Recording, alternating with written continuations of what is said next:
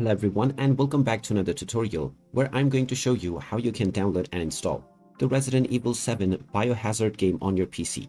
So let's get started right away. First of all, open up the Steam application, and once you are taken into the store page, click on the search box and then type in Resident Evil 7 Biohazard to begin your search. Once you find the game, you can click on it, and this will take you into the game page where you can check out the trailer as well as the reviews. Scroll down and click on the Add to Cart button alongside the bundle or edition that you would like to purchase. You can then click on View My Cart to continue towards your payment. You also have the option to download and play the demo before you purchase the full game.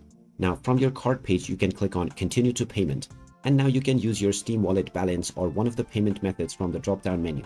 After filling up your credentials, the game will be added to your library as soon as you complete the transaction.